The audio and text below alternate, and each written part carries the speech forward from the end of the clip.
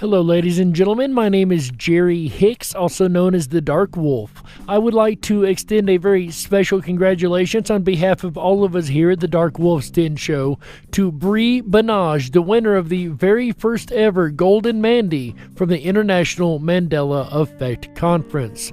If you guys are interested, go check that out on the IMEC YouTube page. But Brie Banage is a junior in high school who was selected to give a TEDx talk, and her topic she chose was the Mandela Effect. She gave an amazing talk on the Mandela Effect. If you haven't heard it already, it gave me chills, guys, and apparently it was good enough for the conference board to decide that she won the very first Golden Mandy Award that we've ever given over there. So if you're interested in that talk, it will be featured on imec.world. That is imec.world.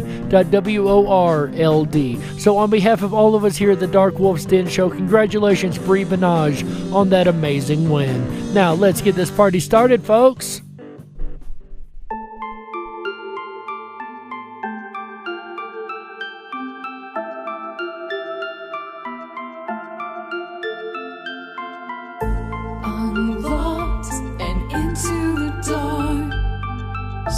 Things are better left unknown, and I'll never find you here, 'cause no one's ever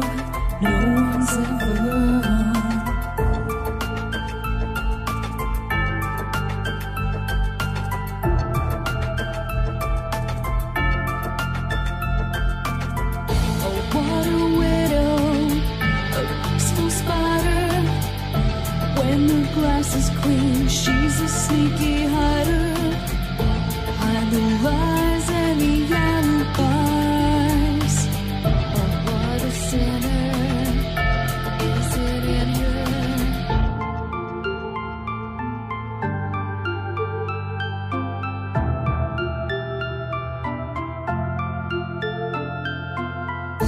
What's the truth in this riddle? Is love really just this simple? I can't seem to find my way in this world that never stays.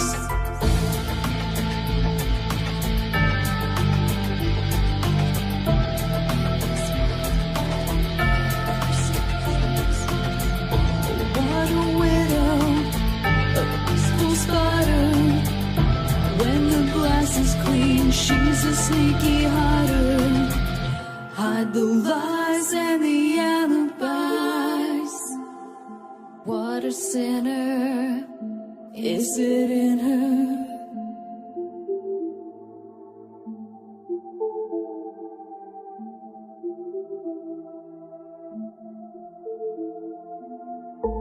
Is this real? Just illusion? I'm lost in the wonderland of confusion.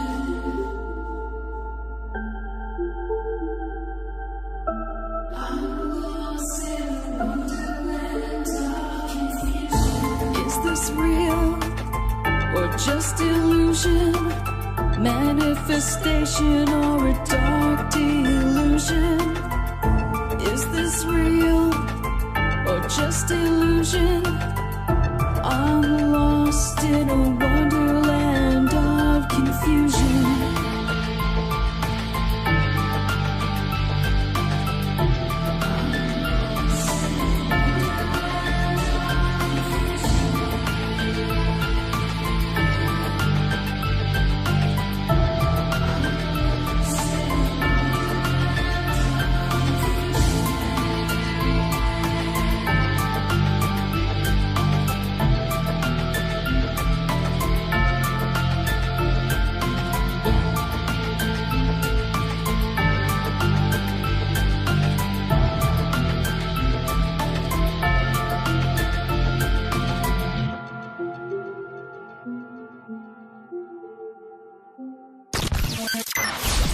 Rhythm Rabbit Hole is a community-driven radio.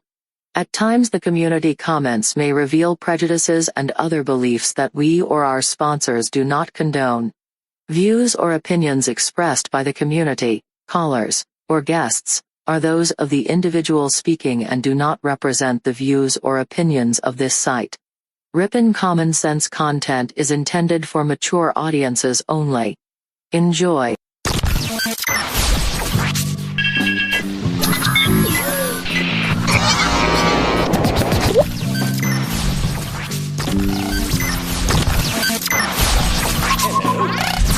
Hello.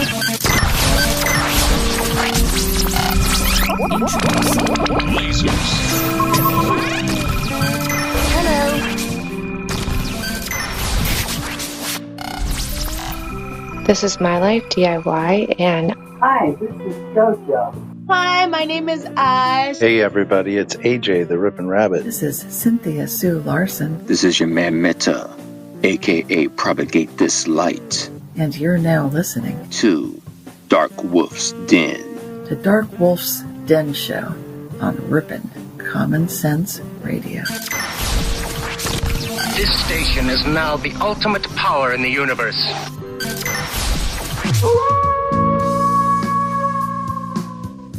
Are ghosts real? We had 1,000 hours of continuous communication with the spirit world. Does time travel actually exist? The laws of physics seem to be compatible with time machines. You know, sometimes I wonder about reincarnation. Don't you? A 4-year-old boy in Adelaide, Australia, has told his parents that he used to be Britain's Princess Diana. What would happen if the world found out that aliens were real? I didn't say disclosure would be easy, but what is the alternative? To establish a space force as the 6th branch of the armed forces. We have so many questions and yet so little time, so to have you here, the pleasure is all mine. Coming to you from a secret mountain cave, hidden deep within the Idaho wilderness, this is the DarkWolf's Den Show. Now, here is your host, Jerry Hicks. That's right, I am Jerry Hicks, also known as the Dark Wolf, and we are broadcasting live across the multiverse from a secret cave, hidden high up in the beautifully snow-covered peaks of the Idaho mountains. That's right.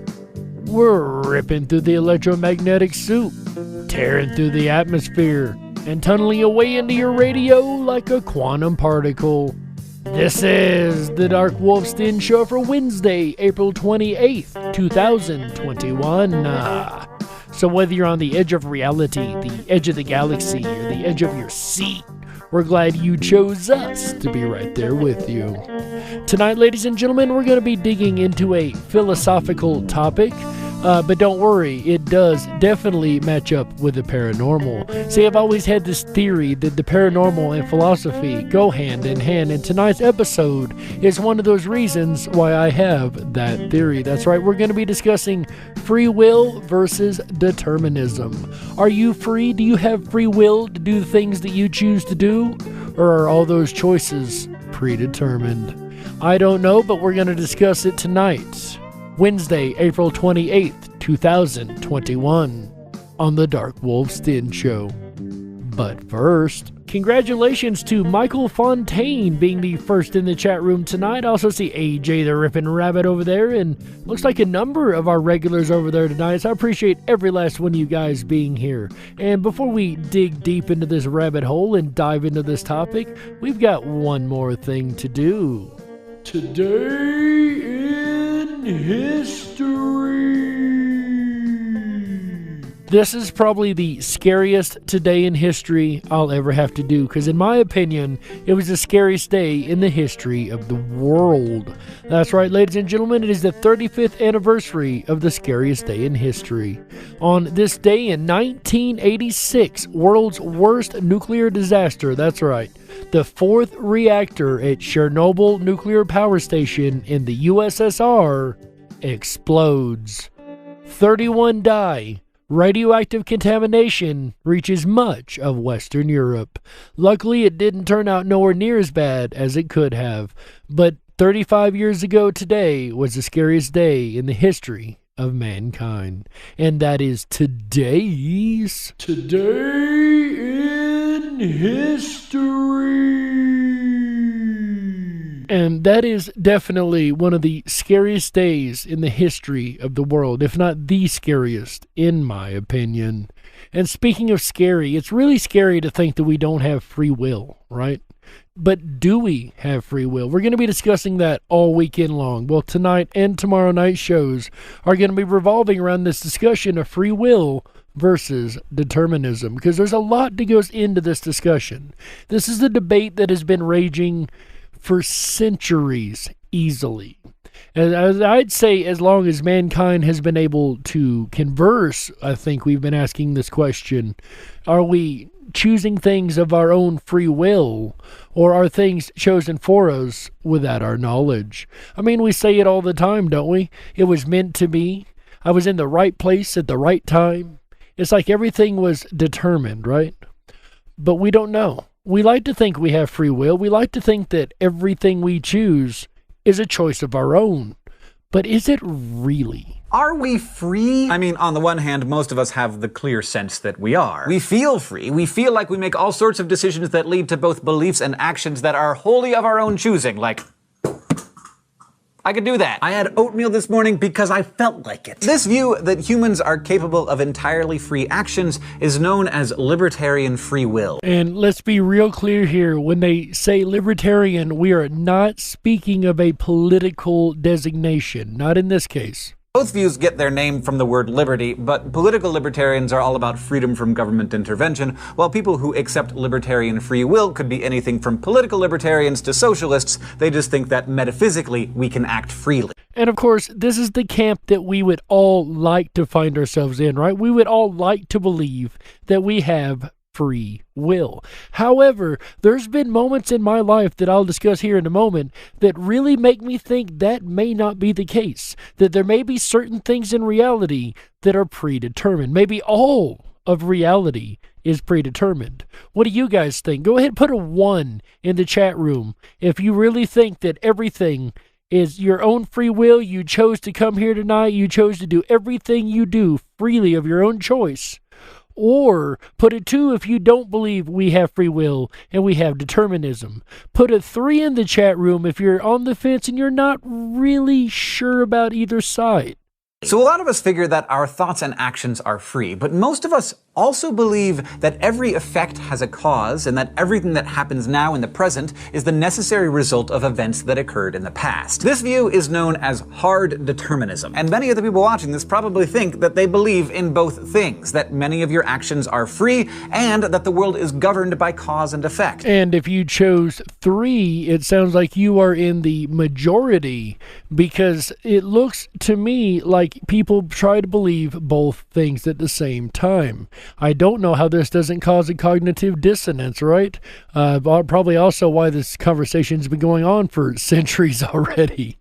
But in all seriousness, it really does make you wonder which one, if any, is the correct answer. Or could they both be correct? But it turns out you can't rationally hold both views. Well, I guess the answer to my last question would be no. They could not be both correct at the same time. Traditionally, libertarians have defined free actions according to what's known as the principle of alternate possibilities. That might sound like a plot device for a sci-fi show, but this principle says that an action is free only if the agent, that is the person doing the thing, could have done otherwise. So truly free actions require options. I would say I'd agree with that definition. To have free will, you have to have something to choose from, right? To have a choice, you have to have something to choose from, an A and a B, an option A to do this or option B to do that. Either I'm going to get up and go take a jog, or I'm going to sit here and talk to you guys, right? It could be either way. But I have both options on the table. At least I feel like I have both options on the table, right? Determinism, by contrast, doesn't allow options. It holds that every event is caused by a previous event, which means that an agent can never have done anything other than what they did, and therefore they are never free. A moment ago, we said that if there's choices, then it's free will. You've got the choice to do A or B, this or that, right? However, I don't think choice is always as it seems. I think a lot of times we may be looking at the illusion of choice, even when it comes to something in fated reality itself. Check this out. So, I was planning the first International Mandela Effect Conference, and I was doing this out of my own pocket at the time, all out of my own pocket, and I was to the point where I had a surplus of money in my account that I didn't have planned to use for anything as far as the conference went. So I said, okay, I decided I wanted to do something that I had to go to another town to do. And I think I have told the story on the air before, but if you have heard it, forgive me and bear with me. For those that haven't, I did my best to do what I wanted to do out of town. However, every time it got to the point where it was time to go, the driver, because I don't drive, I had to rely on a friend of mine to drive. The driver had an issue come up. Now, it isn't something like the guy was trying to avoid it. Don't get me wrong. I know the guy personally. It was a really weird set of coincidences, if you want to call it that. As you guys know, we call that a bad word on this show. But anyway, I was trying to go out of town with this friend of mine and go do something that I wanted to do. And when it come time to do it, the first time he had something come up, and then the second time something came up, and this happened 5 times in a row to the point it was almost ridiculous. And the last time the car broke altogether, and we haven't been able to go anywhere since in that car. So it's really strange that fate stopped me at every turn, because I ended up needing that money unknowingly later for that very same International Mandela Effect Conference. Thank God it didn't let me do it, but how much free will did I have in this situation? I chose that I wanted to go out of town and do something. I chose a driver. I lined everything up, everything getting ready to go, everything timed, planned, ready to do it. And 5 times, fate stopped me from doing what I was trying to do. And for a necessary reason, but it stopped me from being able to do it. How much free will did I have in this case? And remember this story, because we will be bringing it back up again tomorrow night and making a point off it once again. But my point here is, how much free will did I have in this situation? I had enough free will to choose that I wanted to do something, but how much free will did I have in whether or not it actually occurred, right? Every time it come time to do it, fate said, no, you're not going to do this. And every time I tried again, fate stopped and did not allow it to happen. And I say fate very broadly because that's the only word I know to use for it. Predeterminism, whatever word you would like to put there, it said no, I was not allowed to make these actions that I willfully wanted to make of my own free will, what I thought was my own free will, that got thwarted by reality itself. So, I mean, at that point, I started questioning, what is free will versus predeterminism? How much of the world is predetermined? Is all of the world predetermined? And of course, like I said, this is an argument that's been going back since the beginning of time. But let's look at these two options more closely. And also, let's look at my breakfast. Libertarianism says that my decision to eat oatmeal this morning wasn't necessarily caused by anything that happened before it. Instead, it could have been the result of non-physical events, specifically my own thoughts that originated right at that point. I ate oatmeal because I decided to eat oatmeal. End of story. And I think most people would still agree with that statement, correct? But libertarianism runs counter to what we know about the workings of the physical world, with one thing causing another. So libertarians need a way to account for their view. One way they do that is by making a distinction between what's known as event causation and agent causation. Event causation means that no physical event can occur without having been caused by a previous physical event. So many libertarians concede that the physical world itself is deterministic, like a baseball is flying through the air because someone hit that ball with a bat. So according to this, no matter what I wanted to do, different decisions pre-made in the life of the driver happened to lead up to the actions that occurred along the way that disallowed this to happen. It was all predetermined because of cause and effect of things that were out of my hands still, but cause and effect to the fact of the person that would have been driving me that would have made this possible. So, according to the theory here, and with the example we're using, that would be the case. But it still begs to question, how much of my free will did I get to exercise? But many libertarians also argue that there's such a thing as agent causation, which says that an agent, a being propelled by a mind, can start a whole chain of causality that wasn't caused by anything else. So the person who hit the ball most likely did so because they just decided to do it. By this logic, agents have the ability to affect the causal chain of the universe. They can make stuff happen on their own. I would reference the butterfly effect to the point a butterfly decides to flap its wings in Asia and a hurricane brews in North America. So, I mean, this is the idea here anyway. That because the decision was made, it led to a series of decisions that wouldn't have been made before this particular decision was made.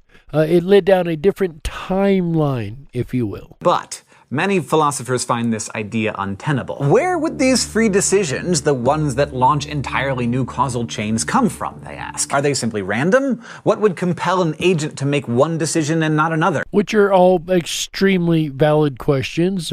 I guess the argument could be posed, what causes a person to make one decision over another, or do we even make decisions once again, right? And if you can answer those questions, if you can explain what would cause an agent to act, then, well, you've just reinforced the position that actions are caused rather than free. So that's kind of paradoxical, huh? By proving free will, I would automatically disprove free will. The fact is, it's pretty difficult to find arguments that support libertarian free will. The best argument in favor of it seems to be that it just feels an awful lot like we're free. And libertarians argue that we shouldn't discount the legitimacy of our own personal subjective experiences. So if we feel so free, we should seriously consider the possibility that we are. That point has a certain intuitive appeal, but if you can't come up with an argument to defend your feeling, then good philosophical reasoning recommends that you reject it, or at least withhold judgment until you can get some evidence together. So our own subjective experiences enough to prove that it is really free will, free choice? Or is it just an illusion of choice, like in my particular case? And I still stand by, I had the illusion of free choice because when I went to act upon my free will, I was stopped every time. So now, let's see if the hard determinists can do any better. 18th century French philosopher Baron d'Holbach said that none of our actions are actually free. D'Holbach believed that everything that's happening right now is the result of an unbroken chain of events. Everything, he said, is the inevitable result of what came before, including everything that we do. Our actions are caused in the same way that, say, home runs are caused by bats hitting balls, or tornadoes are caused by warm air systems hitting cool air systems in the right conditions. This means that humans and our actions are just part of the physical world, bound by its physical laws. This belief is often explained through a view known as reductionism. Reductionism is the view that all parts of the world and of our own experience can be traced back or reduced down to one singular thing. So, another dogmatism of science that I do not adhere to, as you guys know. I fully, wholly disagree with this concept that everything can be reduced down to a molecule or a particle or anything of that nature. I suggest that there's much more spiritual going on than it can be reduced down to a particle that can be seen in the real world. That is, of course, my opinion, and I've argued it many, many times on this show. So as much as I hate to admit that I disagree with these guys, I have at this point in my journey to say I kind of do disagree with these guys. I wonder if we have free will. For example, you see your mind as being capable of making free decisions. You think that what goes on in your head when you make a choice is not at all like bats and balls. But, well, mental states are brain states, or at least they're directly tied to your brain, and brain states are biological. And biological states are physical states. And the physical world, as we already said, is deterministic. There's just no room for free will in this picture. We think we're free, But we're not. And really, as scientific thinkers, why would we assume that we are? Why would we think that we're any different than everything else in the universe? I don't think it'd be an invalid assumption because, we do feel free. Right? Don't we feel like everything around us is our free choice? I don't think it would be a ridiculous assumption to think that we would be different than everything else in the universe, as he put it, that we would have a bit of free will to us, right? Libertarians are right that it's really hard to disregard the feeling of freedom. If I didn't choose to eat oatmeal this morning, why do I feel like I did? And what made me do it? Well, that's a pretty valid point, too, because what kind of cause and effect went into it? Did you said to eat oatmeal because that's all you could afford, or that was the only thing the store had, or what cause and effect factors led up to only having oatmeal as the decision, right? Was it a free will choice, or was it a predetermined choice that no matter what, at that point, you were going to eat oatmeal? I don't know. Hard determinists argue that just because we can't pinpoint the exact factors that led us to an action, we could, in theory, isolate them if we knew enough about all of the beliefs, desires, and temperaments swirling around in our brains. So in this view, what we call decisions are really just the inevitable results of a bunch of mental stuff combining in just the right way. And maybe it feels free, but it's not. It seems the more deeply we get into this rabbit hole, the more paradoxical it becomes, right? Because I know I feel free. I know I feel like I have the free choice whether or not to sit here and do the rest of the show with you guys, or to just get up, walk out of the studio right now and leave it with dead air. I have both choices. I guess in the other example, I had the choice to walk to where I wanted to go. Although, let's be honest, that's a ridiculous choice with the amount of distance that would have been needed for me to walk. So, not impossible, but given today's world, it's not something that I would have chosen first. So, do I still have the choices? Did I still have free will then? I had another choice. As ridiculous as the other choice was, I still had another choice. So maybe that is free will, right? It is what we experience as far as our subjective experience goes. We truly feel like we have free will. But hold up, isn't there some way out of this? Like, what if I have someone choose my breakfast for me? Or what if I fall back on randomness by, flipping a coin? After all, if I just flipped a coin, then it wouldn't look like that decision was made by beliefs, desires, and temperaments. Okay, there we go. We introduce randomness into the situation. That should fix the issue, right? That should prove we have a free will choice, right? Well, no such luck, because even if I thought I chose randomly, my decision to flip the coin or who I asked to pick for me was just as determined as everything else. We know that the ancient Greeks and Romans didn't believe that much in free will because they believed the gods controlled everything, right? That everything was fated. It was meant to be, once again. And of course, modern-day Christians will tell you they believe in free will, yet they will also tell you that God is in charge of everything and God is responsible for what happens on earth. So even they have a very strong belief system in things being predetermined or fated by the God. So it's not much different than the ancient systems, right? Like the ancient Romans and the ancient Greeks and different civilizations like that, right? And we've got things like the oracle, and it makes you wonder with psychics, if psychic phenomena is real, which I do believe it is, would that default to determinism and it not be free will? I mean, how can it be free will if everything's predetermined through a psychic vision that this is how it's going to happen? Or prophecies, right? Prophecies are another one. How can a prophecy come true if it hasn't been predetermined to come true in reality? And that kind of negates any free will, doesn't it? Let's say, for the sake of argument, that you love your father, by which I mean you want him to be alive. And let's also assume that you don't have any attachments to your mother that you might describe as romantic. Well, guess who thought he felt the same way about his parents, Oedipus? According to ancient Greek legend, when Oedipus was born, a prophecy foretold that he would kill his father and marry his mother. mother. So, in an act of colossally bad decision-making, his father left baby Oedipus in the wilderness, assuming he would die, and the prophecy would then not come true. But instead, the abandoned baby was discovered and raised by another family. As an adult, Oedipus learned of the prophecy that he would kill his father and marry his mother. So, not knowing he was adopted, he left his adoptive parents in order to avoid fulfilling that prophecy, figuring that if he wasn't near them, it couldn't come true. Lo and behold, as he was trying to flee his fate, Oedipus killed a stranger in a fit of rage who turned out to be the father he had never met. He then proceeded to marry the dead man's widow, who was actually his mother, though he didn't know it. Needless to say, this is a fate that any of us would like to avoid. But for philosophers, the whole point of the story of Oedipus is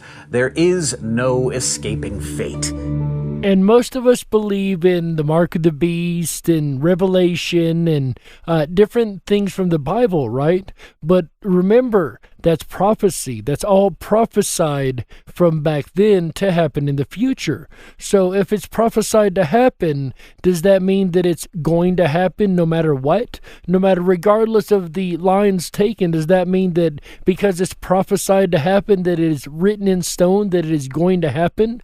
Doesn't that mean it's predetermined to happen regardless of the situation? That's kind of what it sounds like to me. So does the Bible say that we don't have free will then? But that's not true, because we'd have to have free will in order to make choices whether to sin or not. So the Bible does suggest we have free will. But then again, do we really? Let's look at DNA. How are we affected by our DNA? Our DNA is individual to each of us. So what does our individual DNA have to do with the decisions that we make each day? We know that it's how our bodies are structured, how our brains are built, how our consciousness is interpreted through our brain is all based on our DNA structures. So how much does DNA play into our decisions in everyday life? The restrictions put on us by our individual DNA, or the restrictions that aren't put on some of us by our individual DNA. How does that make any difference? We're going to dig so much deeper into the next level in the second half of the DarkWolf's Den Show, ladies and gentlemen, and we will be right back with that second half after these messages. You sit right there and we'll be right back. Don't you touch that dial. That's right. We gotta stoke the fires and run off the men in black. Don't touch that dial. We'll be right back.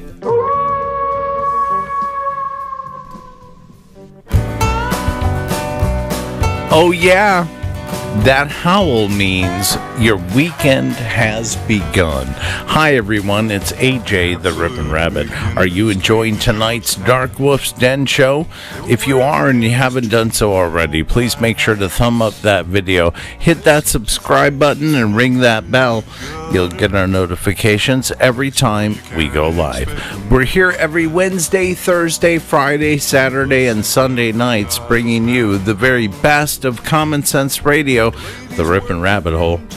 Jerry Hicks and the DarkWolf's Den will return again tomorrow night, April 29th, Thursday, for a look at time-locked events. That's right, join Jerry and the DarkWolf's Den show tomorrow night, April 29th, starting at 7 p.m. Pacific, 10/9 Central, and journey along through the den of time-locked events. I'm excited. I can't wait to see what time-locked events he unlocks. Then Friday, April 30th, I'll return with a look at science. Now, this was supposed to happen last Sunday as the schedule was supposed to happen. I can tell you this. It's not happening, folks. You're not getting a schedule on our road trip because Nikki Rabbit and I are still out on the road. We've gone beyond Route 66. We are out here in the wild, wild east, if you know what I mean. And I can tell you, there is no schedule. I can't even think about putting it together. I really can't, but I can tell you Friday, April 29th, we're going to, April 30th, Friday, we're going to deal with science. April 31st, Saturday, vaudeville, that's right. And May 1st, the first Sunday of the month, is going to be an experiment with the Fantastic Fun Show. That's right. It's going to be fun. This weekend, May 1st. Can you believe it? Champion Sports Nation has already bowed out of the competition, and I can tell you this, we have an exciting new game to play with you. And Nikki and I and Eugene have been crossing the nation. We've been preparing the Fantastic Fun Show for you. And Eugene is on the road trip, I can tell you that much. It's going to be an exciting night as we end out the weekend right together with experiments on Sunday night. The Fantastic Fun Show continues. We'll return to tonight's topic for Wednesday, April 28th, the DarkWolf's Den Show. Free will versus determinism. You're listening to the Rip'n Common Sense Radio Network. The Rip'n Rabbit Hole.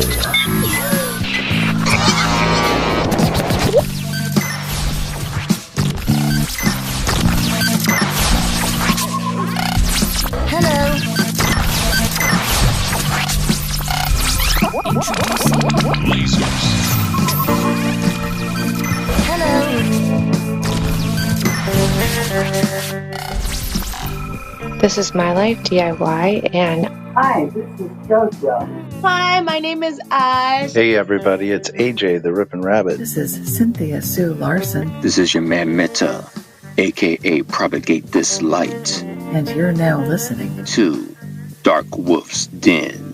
The DarkWolf's Den Show on Rip'n Common Sense Radio. If you were meant to be controlled, you would have come with a remote, but you didn't.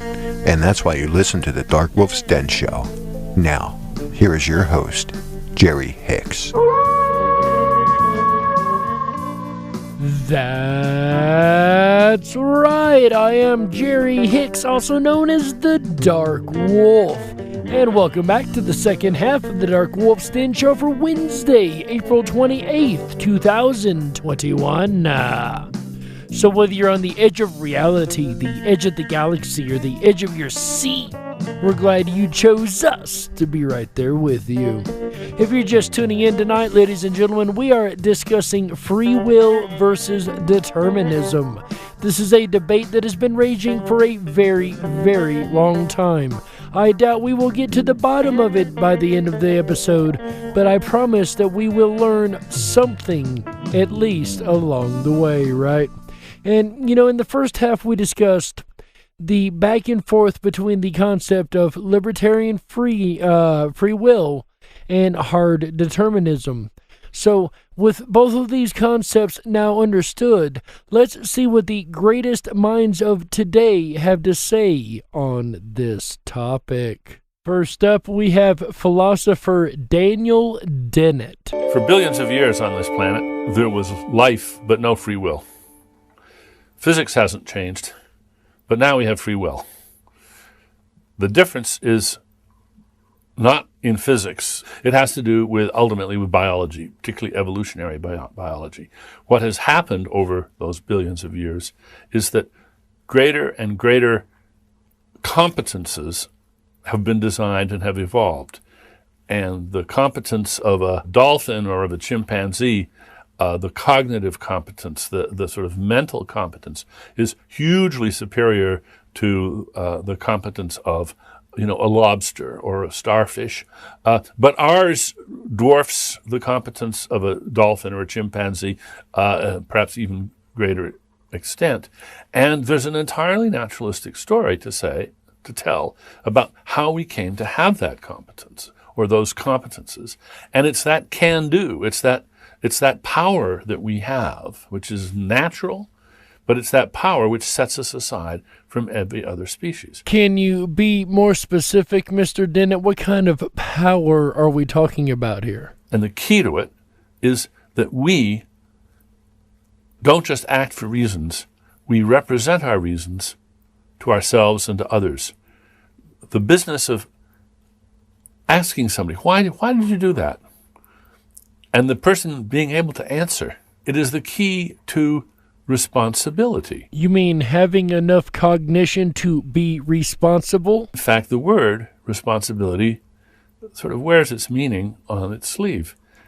We are responsible because we can respond to challenges to our reasons. Why? Because we don't just act for reasons, we act for reasons that we consciously represent to ourselves.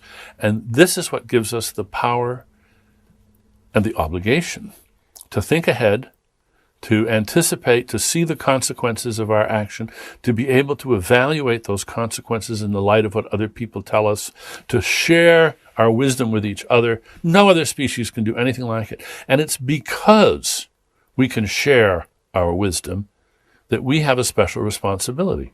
That's what makes us free in a way that no bird is free, for instance.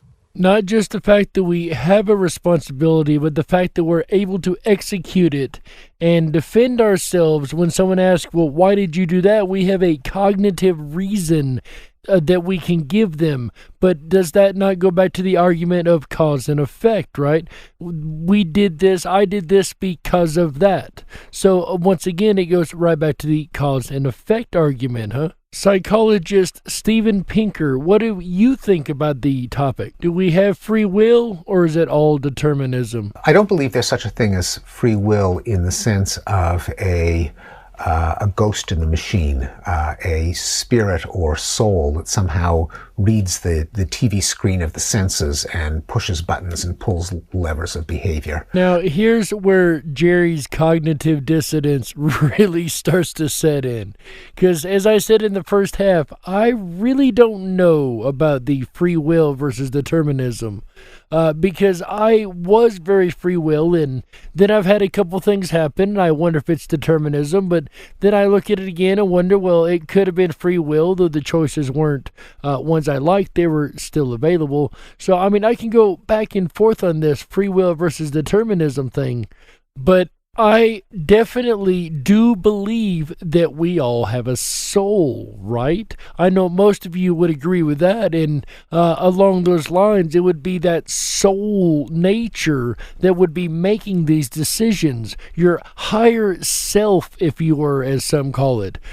Whatever reference you want to use, I personally believe that there is a soul that does interact with the body, that helps to enact the free will as a conscious agent, if you will. What do you think, Stephen? There's no sense that we can make of that. Okay, then, if that's not making any sense, what makes sense to you, sir? I think our behavior is the product of physical processes in the brain. On the other hand, when you have a brain that consists of 100 billion neurons connected by 100 trillion synapses, right, there is a vast amount of complexity that means that human choices will not be predictable in any simple way from the stimuli that have impinged on it beforehand. But does that mean they're not predictable at all? We also know that that brain is set up so that there are at least two kinds of behavior. There's what happens when I shine a light in your eye and your iris contracts, or I hit your knee with a hammer and your leg jerks upward. We also know that there's a part of the brain that does things like choose what to have for dinner, whether to order chocolate or vanilla ice cream, how to move the next chess piece, whether to pick up the paper or put it down. That is very different from your iris closing when I shine a light in your eye. That second kind of behavior, one that engages vast amounts of the brain, particularly the frontal lobes, that incorporates an enormous amount of information in the causation of the behavior, that has some mental model of the world that can predict the consequences of possible behavior and select them on the basis of those consequences. Okay, so that's fair enough. Our brain makes snap decisions based on the known consequences of whatever decisions are presented in front of us. So could that mean there is no free will? We've heard from a philosopher in the second half so far, and we've heard from a psychologist in the second half so far. But what does theoretical physics, or physics itself, what does physics have to say about the debate of determinism versus free will. Next up, ladies and gentlemen, one of my personal heroes, Dr. Michio Kaku. Dr. Kaku, what does physics say about free will? Well, you asked one of the deepest philosophical questions of physics, the question of free will. It also happens to be a huge question in the realm of the paranormal, believe it or not. So I can't wait to hear what you have to say about this, Doc. First of all, there's something called Newtonian determinism. And for those in the audience that don't know what Newtonian determinism is, could you explain that for us real quick? Newtonian determinism says that the universe is a clock, a gigantic clock that's wound up at the beginning of time, and it's been ticking ever since according to Newton's laws of motion. So, what you're going to eat 10 years from now, on January 1st, has already been fixed. It's already known using Newton's laws of motion. Einstein believed in that. Einstein was a determinist. So there's a problem. If Newton is right, this brings up a bit of a moral dilemma, right? And some people asked Einstein, well, does that mean that a murderer, a horrible mass murderer, isn't really guilty of his works because it was already preordained billions of years ago? Now, there's something I would not have thought to have taken into account. Would a person like that be guilty? If it's predetermined, could we even apply guilt to them at that point? Or is it just kind of moot because it was all meant to be to begin with? What do you guys think? Do you guys think that it's that the person's guilty, that the wrong should be punished? Or do you think they should just be let go because, well, it wasn't their fault anyway. They were predetermined to do it. It was going to happen no matter what, right? And Einstein said, well, yeah, in some sense that's true. That even mass murderers were predetermined. But he said they should still be placed in jail. Okay? I have to say I agree with Einstein on that one. They should still be placed in jail. What about you guys? I don't think any one of you would suggest any different, right? Heisenberg then comes along and proposes the Heisenberg uncertainty principle and says, nonsense. There's uncertainty. You don't know where the electron is. It could be here, here, or many places simultaneously. And this, of course, Einstein hated because he said God doesn't play dice with the universe. As you guys know, one of my favorite historical anecdotes that I've repeated on this show a number of times. Well, hey, get used to it. Einstein was wrong. God does play dice. Every time we look at an electron, it moves. There's uncertainty with regards to the position of the electron. So what does that mean for free will? So if the Heisenberg uncertainty principle says there's uncertainty in the system and there's no telling where the electron is, which definitely could affect whatever the next outcome would be, then following that to its logical conclusion, it would suggest that it means in some sense we do have some kind of free will, in the sense that no one can determine your future events given your past history. So I order from a local restaurant quite a bit, and I order usually the exact same thing, to the point they've named this item after me, right? So when I call and I decide one day that I want to have a turkey club, it flips them out because it's out of the random. It's in uncertainty. They were certain they knew what my order was. It's been the same thing for 2 weeks, and now I'm ordering something different. The uncertainty always remains. Perhaps I would have the taste for Alfredo one day, or a club, or whatever the item may be. It wouldn't be the item that I normally always get. There's that uncertainty there. You want to break up the monotony. You want to do something different. And as humans, we really do have a bit of spontaneity to us, don't we? At least we feel that we do, right? There's always the wild card. There's always the possibility of uncertainty in whatever we do. So this means that free will, determining the future, hey, these are philosophical questions that seem to indicate that we have some kind of free will. So does the very act of having the ability to question free will mean that we have the free will to ask the question, about free will. That's a bit of a circular thought, isn't it? It's going to make my head hurt. I stay there too long.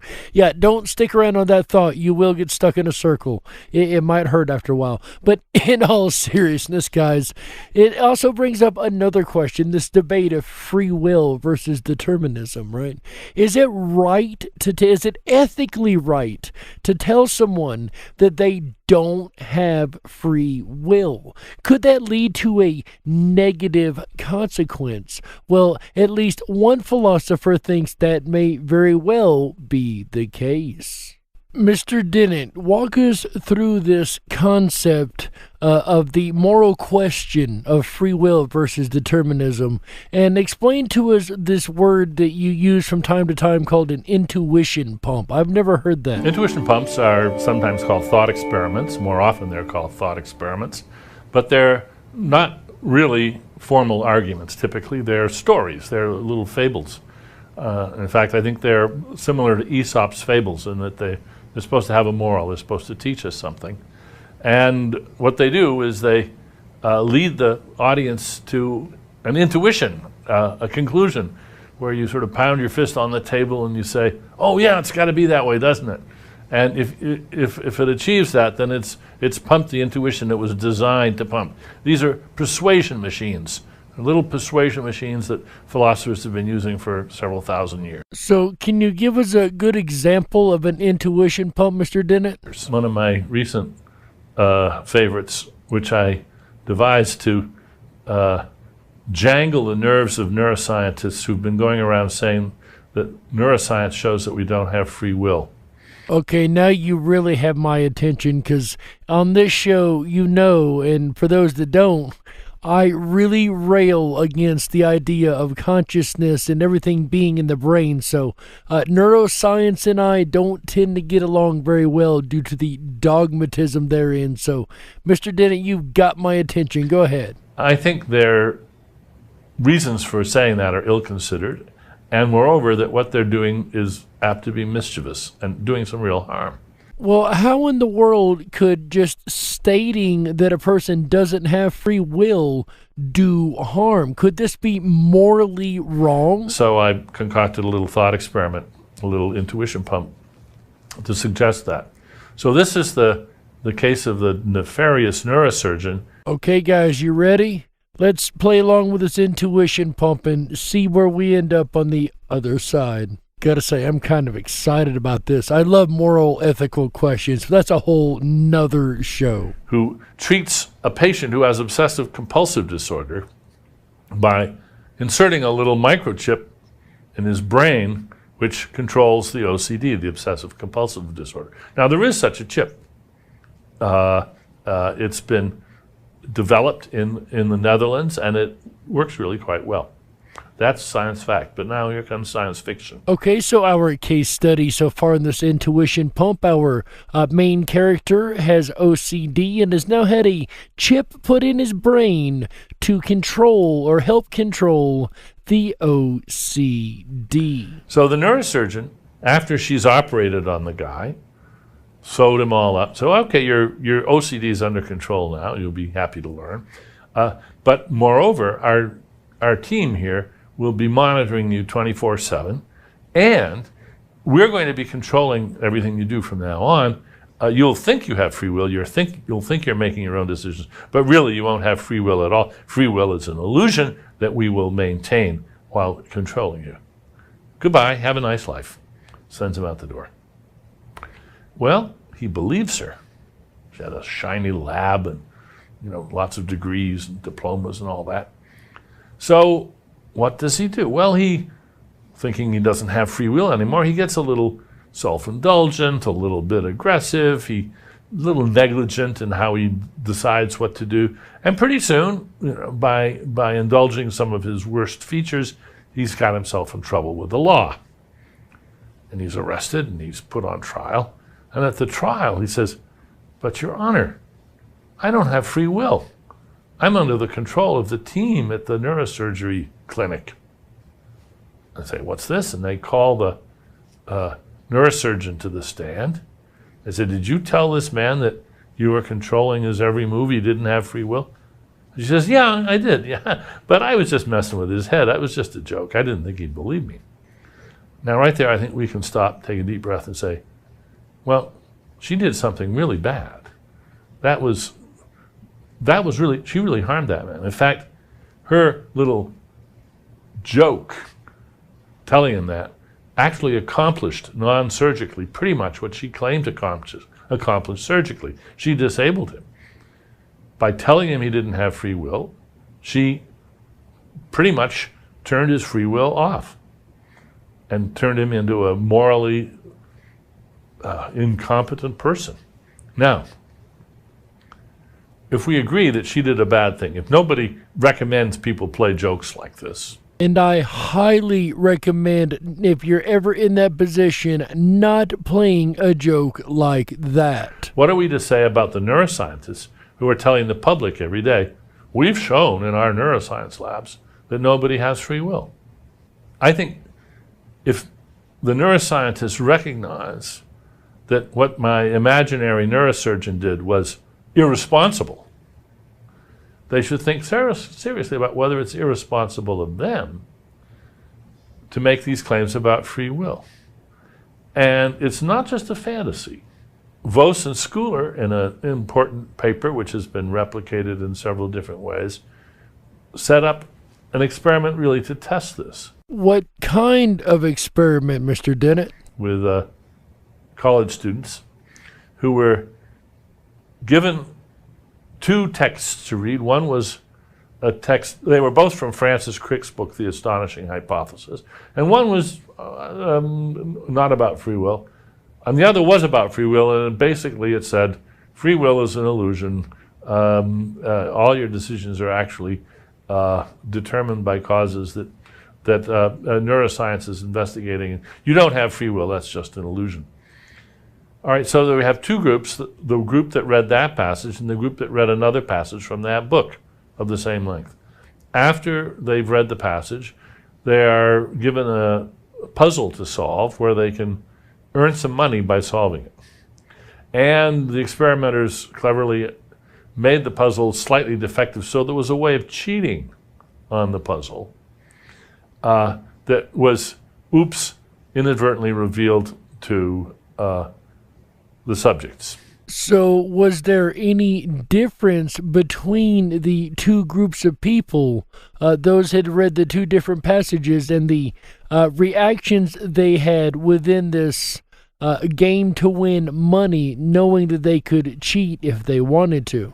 The subjects who'd read the passage where Crick says free will is an illusion cheated at a much higher rate than the other ones. In other words, just reading that passage did have the effect of making them less concerned about the implications of their action, and just they became, as it were, negligent or worse in their own decision making. So what do you guys think? Is that actually dangerous to suggest that we don't have free will? For neuroscientists to come out and say, oh, we couldn't find a particle to prove free will, so you don't have free will, everything is predetermined. Or should we trust our senses and what we feel and what we see? And do we feel that we're freely making free will decisions of our own cognizance? What do you guys think? Do you guys think that it is a free will reality, that we each have the free will, the ability to manifest things in our life, the free will to choose what we want, when we want, where we want, how we want, so on and so forth? Or are we bound by different ideas, different concepts, different realities of reality, from DNA to our social structure? Are there certain things, causes and effect, that bind us to the reality that we're going to be stuck in no matter what? Nature versus nurture, right? Can we rise above where we're at? Do we have the free will ability to get further than where we are? Do we have the ability to truly exercise free will? Or is everything predetermined? We're going to pick up on this again tomorrow night when we cover time-locked events and see that this rabbit hole goes twice as deep as we ever thought it would.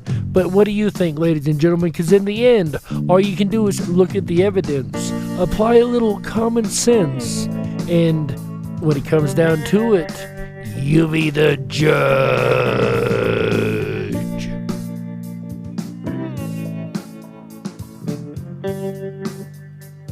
We got to close it out. That's right, that's it for this episode of the Darkwolf's Den Show for Wednesday, April 28th, 2021. So whether you're on the edge of reality, the edge of the galaxy, or the edge of your seat, we're glad you chose us to be right there with you.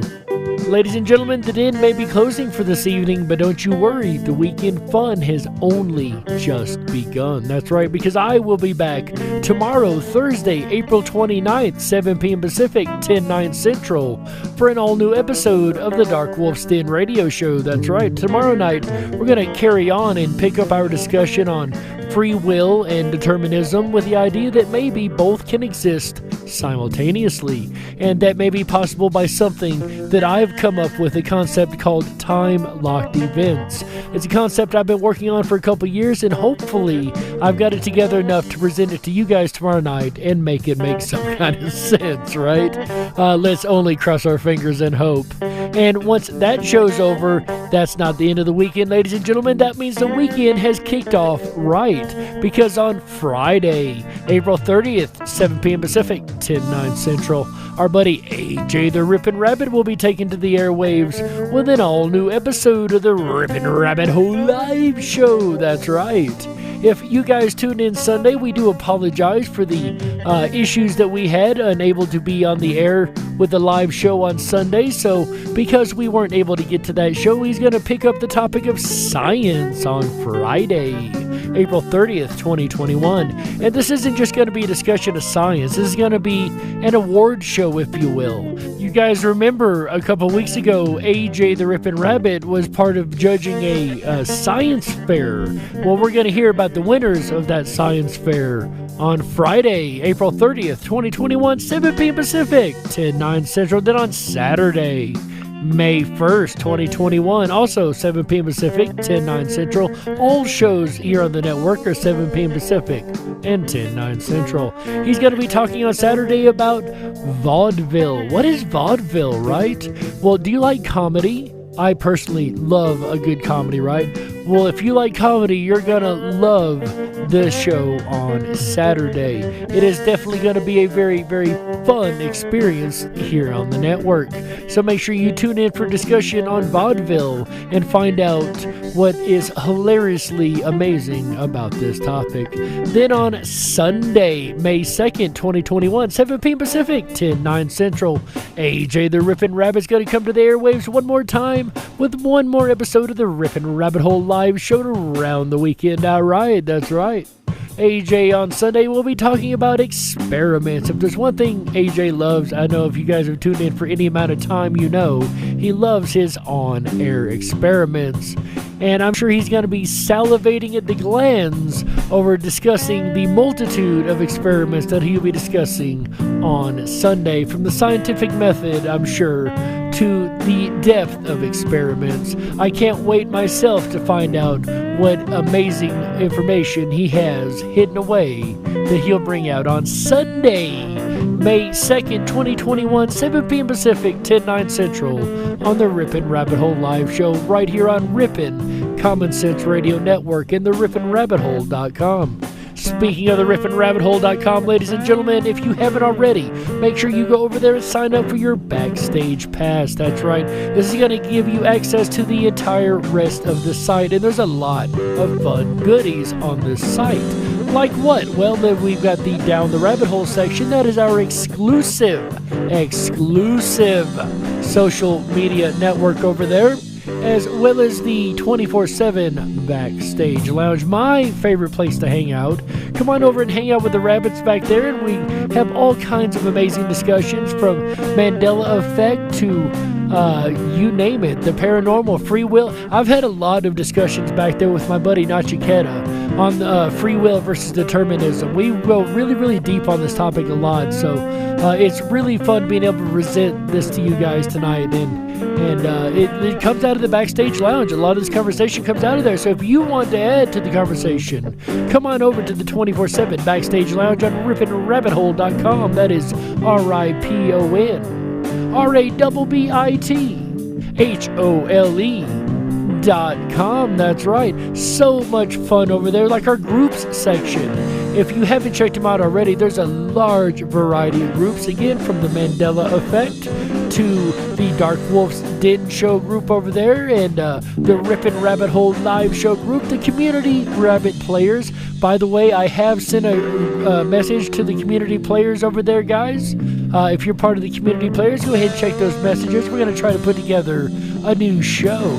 Not a new weekly show, but a new play for the rabbits. You guys don't know the Rabbit Hole Players. We're a group of artists and theatrical artists. They come together every now and then, and we do radio plays for you guys, and bring the old school radio kind of back into the modern age. So Rabbit Hole Players, make sure you check over there, and let's see if we can't get something going for our next show, ladies and gentlemen, our next Rabbit Hole Players show.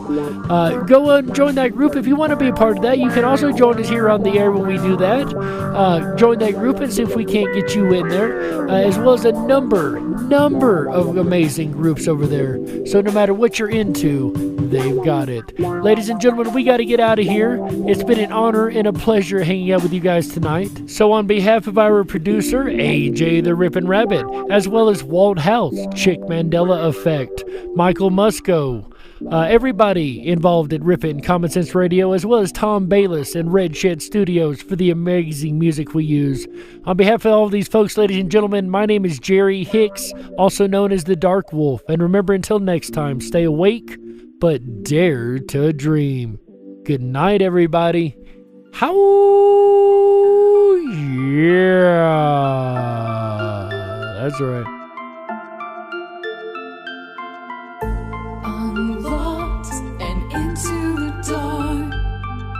Some things are better left unknown.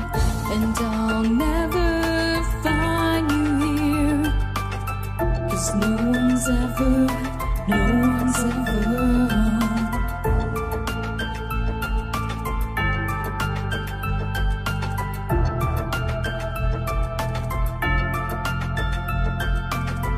Oh, what a widow, a peaceful spider. When the glass is clean, she's a sneaky hider. Hide the lies and the alibis. Oh, what a sinner. Is it in her?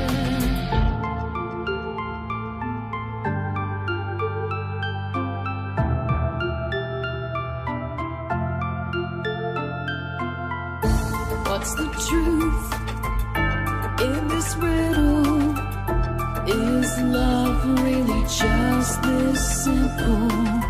I can't seem to find my way in this world that never stays.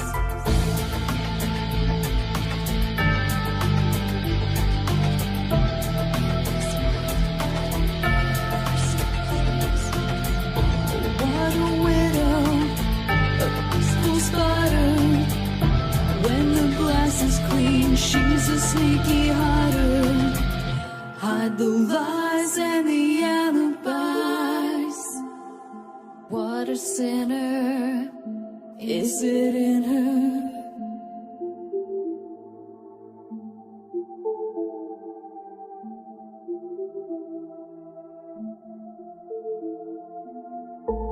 Is this real? Just illusion. I'm lost in wonderland of confusion.